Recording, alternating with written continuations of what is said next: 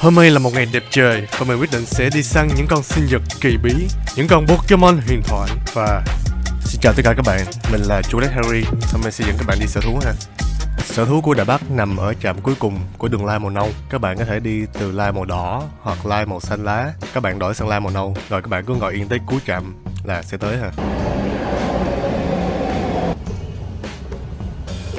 Rồi khi các bạn tới trạm màu đỏ với màu nâu á, thì khi mà các bạn xuống tàu màu đỏ rồi á, là các bạn đi theo cái mũi tên màu nâu. Người ta sẽ hướng dẫn các bạn tới cái chỗ mà lên cái tàu màu nâu nha. Tại vì các bạn có thể là các bạn tap thẻ rồi các bạn đi ra ngoài, nhưng ra là sai. Mình chỉ cần đi theo hướng dẫn á. Tại vì cái tàu màu nâu nó nằm hơi xa so với cái tàu màu đỏ, nên là các bạn cũng sẽ đi bộ một khoảng khá là dài ha. Và tất nhiên trạm này nó cũng có một cái mọc của nó ha. Thì như đợt mình nói á, cái ga của trạm nào á, là cái mọc nó sẽ màu đó ha. Như là cái mọc này nó sẽ có màu nâu này. Thì ở chỗ Mao Công á, cái khu cáp treo á, thì các bạn sẽ thấy là nó sẽ bán vé. Thì một cái combo là vừa đi sở thú vừa đi cáp treo, hoặc là các bạn có thể dùng cái cáp treo á, các bạn đi lên tới sở thú, các bạn đi xuống ha. Thì mình khuyên á là các bạn chỉ nên đi một cái thôi, tại vì cái sở thú rất là bự. Còn nếu các bạn nào mà mình không có nhiều thời gian á, mà mình chỉ đi mỗi cái nửa buổi thôi á, thì mình nên đi cái đó ha. Mà mình thấy là nó khá là ngắn á, mình không có nhiều thời gian á, nên mình kiểu bị vội á. Mà trời tối thì mình cũng không ở lại lâu được, nên là mình khuyên các bạn nên đi riêng nha, đừng có đi chung hai cái một ngày. Nè thì nó có cái bảng giá vé công khai ha. Giá bình thường là 60 đô đài, học sinh sinh viên thì 30 đô đài. Thì mình có thể sinh viên mình sẽ show ra cho người ta. Còn với những khách nước ngoài á, thì trẻ em mà chưa đi học hoặc là trẻ em khuyết tật mà có giấy chứng nhận á, là sẽ được miễn vé ha. Rồi cái này là nội quy ha. Thì cũng đơn giản là nó sẽ đóng cửa một số ngày đặc biệt, như là ngày Tết, ngày cuối tháng 6 người ta sẽ thông báo ha. Với lại ngày mà phòng nhân sự cho người ta nghỉ. Thứ hai là người ta nhận khách từ 9 giờ sáng cho đến 5 giờ chiều ha. Một số ngày lễ thì bắt đầu nhận khách từ lúc 8 giờ rưỡi sáng, còn buổi chiều là chỉ cho khách cuối cùng vô lúc 4 giờ thôi ha. Cái này là cái thông báo về đóng cửa một số cái khu vực tham quan ha. Thì các bạn có thể thấy là hầu hết vào những ngày thứ hai ha. Dù là mỗi thứ hai là sẽ đóng cửa khu vực giáo dục nè, khu vực Eco House nè. Còn thứ hai đầu tiên của mỗi tháng á, là đóng cửa nhà gấu trúc. Thứ hai của thứ hai của mỗi tháng á, là nhà chim cánh cụt. Nói chung là các bạn đừng có đi sở thú vào ngày thứ hai là tốt nhất ha. Rồi ở đây người ta mua vé bằng máy tự động luôn nha các bạn. Thì mình chỉnh ngôn ngữ ha, chọn tiếng Anh nè. Xong các bạn chọn là vé thường, vé giảm giá, mình chọn vé giảm giá. Rồi cách thanh toán, các bạn có thể thanh toán bằng rất nhiều cách, như là tiền mặt, thẻ tín dụng hay là những cái thẻ e-card á. Rồi mình cứ thanh toán thôi. Sau khi mình thanh toán xong mình sẽ lấy thẻ mình 4 giây. Rồi trên cái vé của các bạn á, nó có cái mã QR. Thì các bạn xoay cái mặt đó, các bạn tap vô cái máy quét thì cái cửa nó sẽ tự động mở ha. Thì riêng là mình mua vé giảm giá thì cái nhân viên người ta hỏi là thẻ học sinh sinh viên đâu, thì mình phải đưa cho người ta kiểm tra thì mình mới được sử dụng cái đó ha. Thì nói chung cũng đơn giản mà. Ok, what a sunny day. Rồi ở đây người ta có một cái bản đồ ha. Các bạn có thể xin cái bản đồ cầm tay ở quầy lúc mới vô á. Thì thú ở đây á, người ta chia theo khu vực. Ví dụ như con nhiệt đới nè, con ở sa mạc, con ở trời lạnh nè, thì nó phân theo màu á, cũng dễ nhìn ha. Thì cái sở thú này rất là to, các bạn đi cả ngày mới hết lần.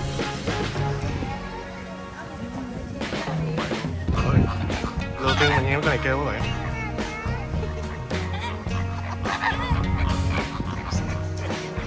Mình thấy ở đây á, người ta cho con cọy, con sếu ở chung với nhau.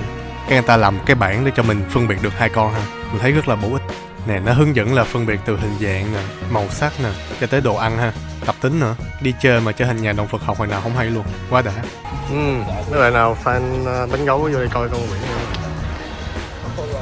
Cô là người ta lấy thịt cái này người ta làm bánh gấu mọi người. Ui, có con siêu mập kia. Rồi, đến một trong những địa điểm thu hút khách nhất ở đây ha, đó là khu vực của gấu trúc. Thì nó có nội quy là không được chụp ảnh flash, không được đem đồ ăn thức uống vô đây, thì cũng đơn giản ha. Đi thấy nguyên khu này có một con gấu trúc rồi. Cái chữ gấu trúc trong tiếng Trung á, người ta đọc là sỏn mao. Thì cái chữ sỏn á nghĩa là gấu, còn chữ mao á nghĩa là mèo ha. Thì nói nôm na gấu trúc thật ra nghĩa là gấu mèo.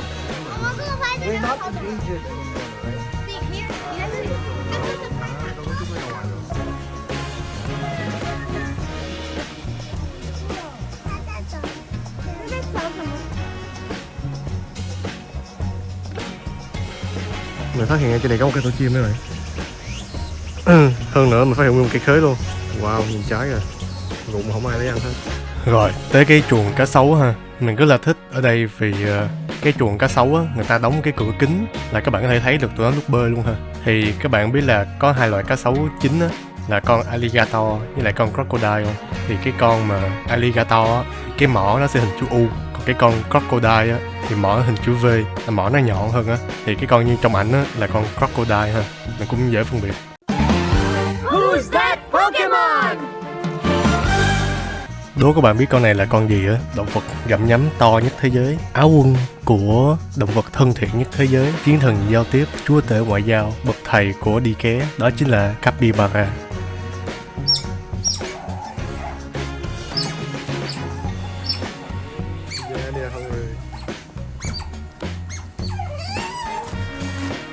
Rồi, hai cái con trong hình người ta gọi là con gái cá ha.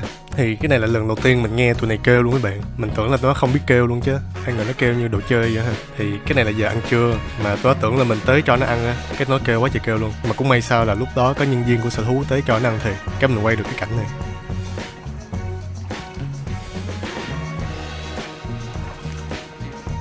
Nhìn bọn này ăn mình nhớ tới hồi xưa mình ăn kẹo kéo cũng giống vậy mấy bạn.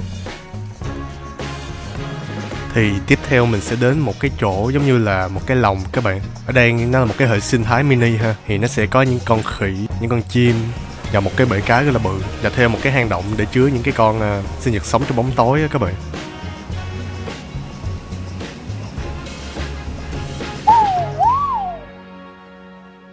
Rồi, cái này là cái hang động của mấy con vật sống trong bóng tối ha. Thì cái cửa người ta đóng rất là cẩn thận. Thì người ta không cho chụp flash, không cho chụp đèn pin. Thì bởi vì những con này nó rất là nhạy cảm với ánh sáng, thì nên mình cũng phải lưu ý ha. Thì bên trong nó tối tối giống vậy á. Mấy con này mình mình chưa biết, không biết nó có tồn tại luôn á. Thì chủ yếu là những con khỉ, những con chuột, những con trồn đồ á.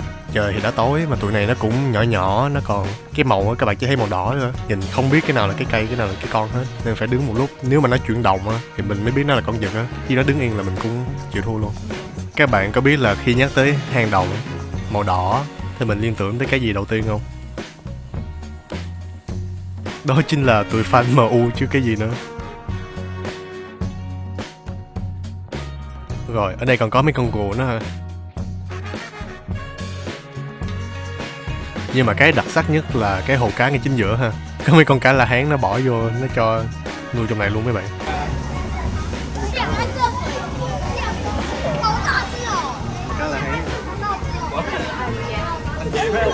Rồi, cái con này á, người ta gọi là con cá hải tượng, hay chính xác hơn là cá hải tượng long. Thì con này là một trong những loài cá nước ngọt lớn nhất hành tinh nha. Thì cái con này thường người ta sẽ gặp nó ở sông Amazon, ở Brazil này nọ. Nhưng mà ở Việt Nam các bạn có thể thấy nó ở Đầm Sen Khô, hay là Đại Nam, hay là các cái thủy cung của Vingroup á. Mình có thể thấy được con này ha. Thì tụi này rất là bự, nó dài 2 đến 5 mét, nặng từ 100 tới 400 kg.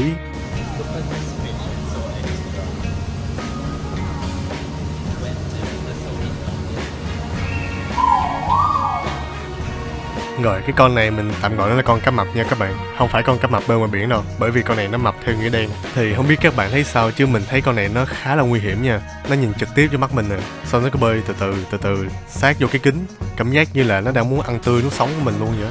Mình hơi bị nổi da gà khi đứng trực tiếp coi cảnh này nha. Rồi mình sẽ đi lên cao để cho các bạn nhìn thấy được một cái góc toàn cảnh bên trong cái lồng ha. Thì trong này có chim, khỉ, rồi cá nữa. Thì bằng một cái cách thần kỳ nào đó, cái đám này nó sống rất là hòa thuận với nhau ha. Mình chưa thấy con nào cắn con nào hết, chỉ có lâu lâu nó giành ăn của nhau thôi. Ngay chỗ nãy mấy con khỉ đang ăn, cái con chim vô giành ăn nữa rồi. Rồi khi mà các bạn vừa lên lầu đi ra khỏi cái lồng á, thì nó có nghe một cái quầy gọi là quầy những con động vật lưỡng cư nhỏ. Thì trong đó có mấy con ếch ha. Các bạn nào mà coi phim Đế chế Maya thì các bạn sẽ biết con này ha. Thì cái thằng nhân vật chính á, nó lấy cái mũi gai xương rồng nó lóc vô da con ếch này á để tẩm độc, rồi nó bắn vô nó giết thằng tù trưởng lúc cuối phim á. Thì các bạn có thể biết là những cái con này rất là độc ha, càng màu mè là càng độc. Nói chung là thấy những con màu lạ lạ là có né được có ăn.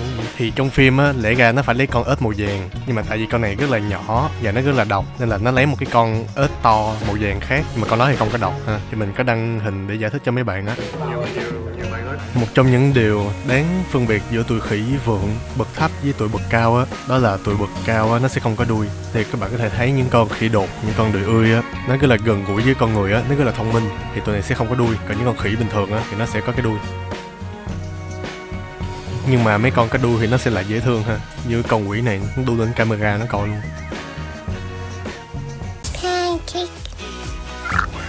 Oh my god! Okay, it's happening. Everybody stay calm. Ok, chào mừng các bạn đến với lớp học của Chocolate Harry nha. Hôm nay mình sẽ dạy các bạn ngoài những con báo đời, những con báo ở công sở, những con báo ở nơi làm việc, chúng ta còn có 3 con báo ở ngoài tự nhiên ha. Đầu tiên đó là con báo cheetah, người ta còn gọi con này là con vật nhanh nhất trên cạn. Bởi vì cái tụi cheetah này á, nó tăng tốc từ 0 cho tới 113 km/h chỉ trong vòng có 3 giây thôi các bạn. Các bạn có biết là vận động viên điền kinh nhanh nhất thế giới là Usain Bolt á, ông đó chạy tối đa là cũng có 44 km/h thôi. Mà cái con này nó chạy gần như là gấp 3 lần. Các bạn tưởng tượng là các bạn lái xe ở thành phố không? Các bạn chạy cỡ 60 km/h là các bạn đã thấy rất là khủng khiếp rồi. Thì các bạn tưởng tượng như là gấp 2 lần vậy ha. Tiếp theo là Leopard. Đây là một dòng tăng hạng nhẹ thuộc thế chiến thứ 2 của quân đội Đức. Ở trên lộn cái rồi. Leopard cũng là một con báo luôn các bạn. Con này tiếng Việt người ta gọi nó là báo hoa mai ha. Bởi vì các bạn nhìn cái họa tiết trên lưng nó nè, nó nhìn cái là giống bông hoa mai ha. Nhưng mà kế bên nó là con jaguar, gọi là con báo đốm. Thì các bạn thấy là cái họa tiết nó kiểu như là nó có những cái chấm các bạn, nên người ta mới gọi là báo đốm ha. Thì có một cái sự thật rất là vui á, là các bạn biết là con báo đen không? Cái con gọi là Black Panther, thật ra nó là nói chung của một dạng đột biến của con Leopard hoặc là con Jaguar. Thì một trong hai con này nó bị đột biến cái kiểu gì đó mà khiến cho nó cái sắc tố nó thành màu đen toàn bộ á, thì sẽ gọi chung là con Black Panther ha, thì gọi là báo đen. Ngoài ra ở trong từ điển tiếng Việt của mình á, thỉnh thoảng các bạn sẽ nghe cái từ gọi là báo gấm. Thì con báo gấm á, nó cũng là một con thuộc cái nhóm Leopard ha. Thì nó là một con giống như con báo rừng vậy á. Thì cái đặc điểm là cái họa tiết trên lưng nó thì là những cái vết đốm rất là to. Thì tiếng Anh nó hay gọi là con clouded leopard á, nghĩa là cái họa tiết người ta so sánh như là đám mây vậy á. Các bạn nhìn thấy ha, cái hình những cái hoa văn nó rất là to. Thì chung quy lại á, cái con cheetah mình thấy là dễ nhận biết nhất, bởi vì cái đốm của nó sẽ là những cái chấm ha. Và các bạn nhìn để ý là trên mắt nó với cái mũi á sẽ có một cái đường màu đen. Còn hai con leopard với con jaguar thì các bạn có thể thấy là hơi bị dễ nhầm lẫn một chút. Nhưng mà riêng con jaguar các bạn có thấy cái tên này nghe quen không? Nó cũng là tên của một hãng xe hơi các bạn. Thì cái công ty Jaguar với công ty Land Rover là nó cùng công ty mẹ là Tata Motor. Thì hai cái hãng này là chuyên gia sản xuất xe hơi hạng sang nha. Thì đây cũng là một trong những mẹo vặt cuộc sống ha. Các bạn ghi nhớ cái này thì nó sẽ giúp cho cuộc sống của các bạn trở nên dễ dàng hơn. Đó là khi đi đường á, thấy những cái xe hơi nào mà logo hình con vật á, ngoài những con bò, những con ngựa ra, thì bây giờ các bạn thêm một con nữa vào cái từ điển đó, đó chính là con báo. Thì những cái dòng xe này người ta mệnh danh nó là biệt thự 4 bánh, thì cũng có lý do ha. Rồi mình đi đến một cái chuồng cọp ha. Ở đây có một con cọp Belga khá là to. Thì cái con này nó giống như mấy con mèo nhà mình các bạn. Nó cứ đi qua đi lại, xong nó ngủ, xong nó ăn, xong nó đi qua đi lại tiếp, không làm được cái trò gì á. Rồi ở đây có một cái bảng chú thích ha. Nó ghi là con cọp sinh năm 2000. Thì năm nay nó ít nhất cũng phải được 24 tuổi rồi. Thì tuổi thọ trung bình của mấy con cọp á là từ 20 cho tới 25 năm. Thì mình khá là ngưỡng mộ về cái công tác chăm sóc thú ở đây ha. Bởi vì 24 tuổi thì cũng được coi là hội người cao tuổi của loài cọp ha. Nhưng mà mình nhìn thấy con cọp này rất là khỏe khoắn, nhìn nó không có giống như là bị rụng lông hay bị bệnh gì hết trơn á, nên mình rất là ngưỡng mộ cái công tác chăm sóc và bảo tồn thú của cái sở thú này. Bây giờ tới khu vực sa mạc ha, thì các bạn có thể để ý là cái bối cảnh xung quanh á, người ta cũng đã trang trí cho nó mang lại cái âm hưởng của khu vực sa mạc châu Phi ha. Các bạn sẽ cảm giác rất là nóng nực, rất là cát bụi á. Thì ở đây những con thú nó cũng sẽ liên quan đến khu vực đó. Thì mình có những con linh dương, những con lạc đà. Các bạn có biết là để dễ hình dung á, thì lạc đà nó có hai loại, là con lạc đà 2 bú và con lạc đà 1 bú. Thì ở đây có cả hai con luôn. Cái này cũng là lần đầu tiên mình thấy lạc đà ngoài đời luôn các bạn. Nhưng mà nói thiệt nha, cái chuồng lạc đà nó hơi nặng mùi một xíu. Mình thấy cũng hay khi mà mấy con này nó không có cắn nhau á, tại vì người ta để hai cái chuồng của hai con 1 bú với 2 bú cạnh nhau luôn, thì để cho mình dễ quan sát ha. Thì không biết các bạn thấy lạc đà ngoài đời chưa, nhưng mà thật sự luôn á, cái con lạc đà nhìn trong hình như thôi chứ ngoài đời nó rất là to. Ngoài ra có một con lạc đà không có bú nữa, thì cái con này người ta gọi nó là đà mã. Thì cái con này nó không có sống ở châu Phi, nó sống ở Nam Mỹ sao á. Các bạn có thể biết là con này cái con mà nó nhiều lông giống vậy nè. Thì con này nó không có sống ở châu Phi ha. Tiếp theo là con đà điểu emu ha. Cái con này nó sống chủ yếu ở châu Úc. Thì theo cái bản hướng dẫn á, thì người ta nói là nếu mà các bạn dùng một cái vật mà phản chiếu ánh sáng lấp lánh á, giống như trong hình là mình dùng cái điện thoại á, mình chiếu ánh nắng á, thì cái con chim này nó sẽ bị thu hút bởi cái đó ha. Và mình làm nó hiệu quả thì các bạn, nó từ ở trong nó thấy mình dùng cái điện thoại chiếu cái nó bước ra tới ngoài đây luôn. Tiếp theo là động vật cao nhất hành tinh. Các bạn bây giờ thắc mắc là mấy con này nó ngủ như thế nào không? chắc chắn là không biết rồi đúng không? Tụi này không có nằm nha, tụi này nó sẽ ngồi nhưng mà cái cổ nó sẽ gác lên cái lưng của nó, y chang vậy nè. Đố các bạn biết địa điểm tiếp theo tụi mình đi tới là đâu biết không? Đó chính là khu vực ăn trưa ha. Sáng giờ đi bộ mỏi hết cả chân, bụng thì đói, trời thì nóng và ngân sách thì eo hẹp nên là tụi mình quyết định mua mì hộp. Nhưng mà thật ra nói đúng hơn là tại tụi mình lười xếp hàng á, nên là mua cái mì này ăn cho lẹ ha. Thì một phần này giá tầm 100 đô đài thì phải, thì có được vài miếng thịt thì ăn nó cũng có đầy đủ năng lượng ha. Nhưng mà cái khó hơn á không phải là xếp hàng, nhưng cái khó nhất á là kiếm chỗ ngồi, tại vì nó rất là đông mà cái chỗ ngồi mà có mái che á cũng hơi bị ít ha, nên là tụi mình phải đợi một vài người rời đi á thì tụi mình mới có chỗ để ngồi quay cái đoạn này. Tiếp theo là mình đi tới thăm họ hàng của con mô đen ha. Mô đen là con hà mã lùn hay còn gọi là hà mã heo. Thì cái con này nó nhỏ hơn con hà mã bình thường ha. Thì các bạn thấy trong hình không? Một đám hà mã nó bu lại nó ngủ trên nhau á. Thì người ta nói là cái tập tính này á là khi mà cái đàn hà mã nó ngủ lên nhau á thì nó sẽ cảm giác là thoải mái, cảm giác là được an toàn. Nên đây là một cái hiện tượng rất là tự nhiên ha. Thì có một cái bảng so sánh giữa con hà mã thường với con hà mã lùn á, là các bạn biết là con hà mã thường nó nặng tới cỡ 1.500 kg, trong khi con hà mã lùn á nó chỉ nặng đâu đó khoảng 200 kg thôi. Thì nó không cái cân là các bạn coi cái cân ha. Thì ở đây mình thích một chỗ á là nó để cái lồng kính, thì các bạn có thể thấy được cái con hà mã nó bơi ha, với lại bạn có cảm giác rất là gần với nó. Còn ở thảo cầm viên thì mình thấy nó hơi xa, nên là mình nghĩ là cái này là một cái điểm rất là hay.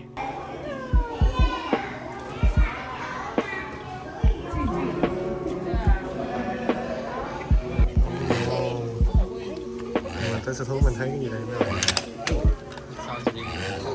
Thôi mình coi cái cảnh đó ghê quá, mình chuyển sang coi tê giác cho đỡ ghê đi các bạn. Rồi phân loại tê giác á, thì có 5 con tất cả ha, nhưng mà mình phân thành 2 loại. Loại thứ nhất á, là 2 sừng, thì chúng ta có tê giác trắng, tê giác đen là tê giác Sumatra. Còn 1 sừng á, thì có tê giác Ấn Độ lại tê giác của khu vực người Java ha. Nhưng mà mình cực kỳ phản đối việc sử dụng sừng tê giác nha các bạn. Mình không biết là có nghiên cứu hay là có thông tin nào nói là sừng nó chữa bách bệnh ha, nhưng mình không tin. Cái sừng nó giống như cái móng tay của mình vậy. Thì nhờ mấy cái ông mà đồn tin bậy riết á, cái người ta săn bắn nên là 5 con này đều trong danh sách đỏ hết ha. Mình thấy rất là tội nghiệp tụi này. Rồi về họ loài người ha, cái này nó cũng rất là rối nên là mình sẽ giải thích luôn cho các bạn ha. Thì loài người đúng không, hay gọi là Homo sapiens á, thì gần nhất của chúng ta á, là chúng ta có con Tinh Tinh. Thì con Tinh Tinh là cái con trong phim Sự Nổi Dậy của Hành Tinh Khỉ.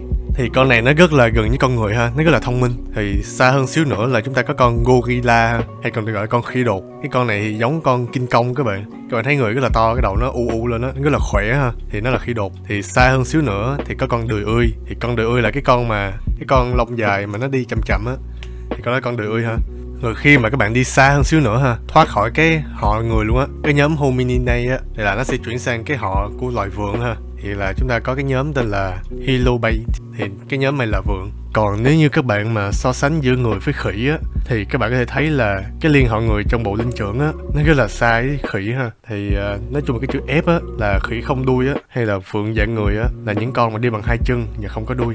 Thì trong ảnh là chuồng Tinh Tinh ha các bạn. Tụi này nó đang ngồi uống nước, thì chúng ta có thể thấy tụi nó có tương tác xã hội ha, tụi nó giỡn với nhau, rồi tụi nó có phân cấp thứ bậc. Thì không biết liệu tương lai mấy bà nội này có tiến hóa lên lật đổ loài người không ta. Cùng một danh hiệu là chó hoang dã, nhưng mà 2 số phận ha.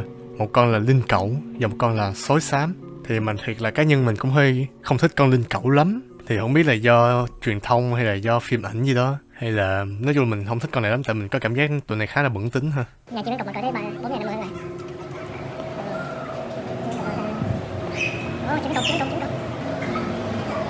Thì tiếp theo là khu vực Bắc Cực ha. Thì ở đây là có chủ yếu là con chim cánh cụt ha. Thì để mà phân loại chim cánh cụt á thì nó là nhiều vô kể luôn á. Nhưng mà chỗ này là thật sự là nó không có nhiều về chim cánh cụt. Thì trong những cái video sau á sẽ có một cái video mình đi một cái gọi là thủy cung luôn á. Thì ở đó sẽ có nhiều loại chim cánh cụt hơn ha. Thì ở đây là có 2 loại chủ yếu. Thì các bạn có thể biết là cái chân chim cánh cụt á nó rất là lạ ha. Mình sẽ cho các bạn coi qua cái ảnh này.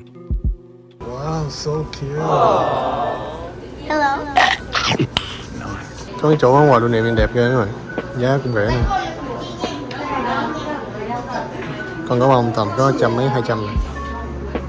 Ví dụ như con chim cụt này, con nhỏ này, con nhỏ này 200.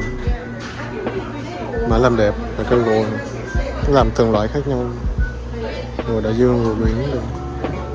Nếu như các bạn thấy video của mình hay và bổ ích thì hãy cho mình một like và sub ha. Nếu mà được thì có thể share thôi, bởi vì nó miễn phí mà. Tiếp theo là một con rất là đặc biệt ha. Con này mình không thấy ở Việt Nam. Nó tên là gấu trúc đỏ, hay còn được gọi là Red Panda. Thì đối với mình á, mình có hai điều duy nhất mà mình nhớ về con Red Panda này á. Đầu tiên á, đó là cái tập tính của nó là ngoài tự nhiên á, khi mà cái đám này nó bị đe dọa hoặc là nó đang muốn đánh nhau á, thì tụi nó sẽ đứng thẳng lên, nó giơ bằng hai chân trước lên. Tụi nó sẽ kiểu như là tao cho thấy mày kích thước của tao bự hơn, nhìn tao nguy hiểm hơn vậy. Nhưng mà mình thấy nó rất là dễ thương ha, và nhiều người cũng thấy vậy.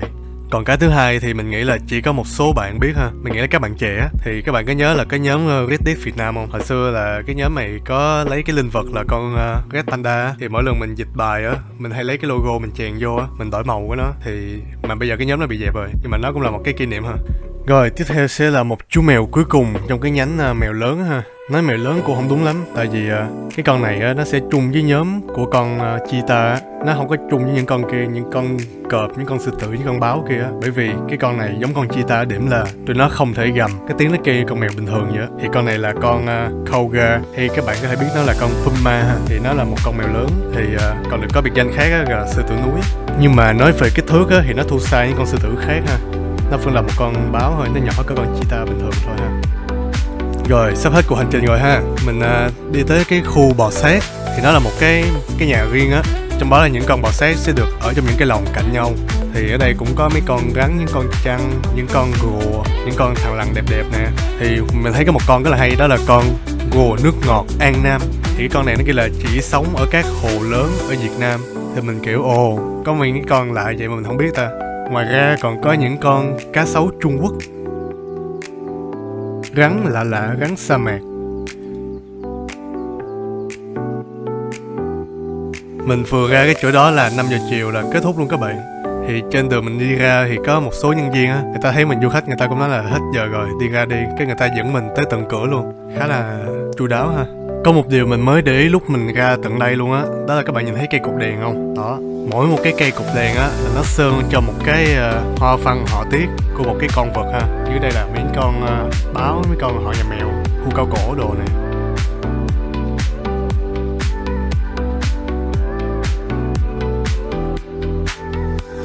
Và kết thúc một ngày mệt mỏi, kết thúc chuyến hành trình văng vẳng, kết thúc một cuộc đi săn vĩ đại, mình quay về quán mì bò.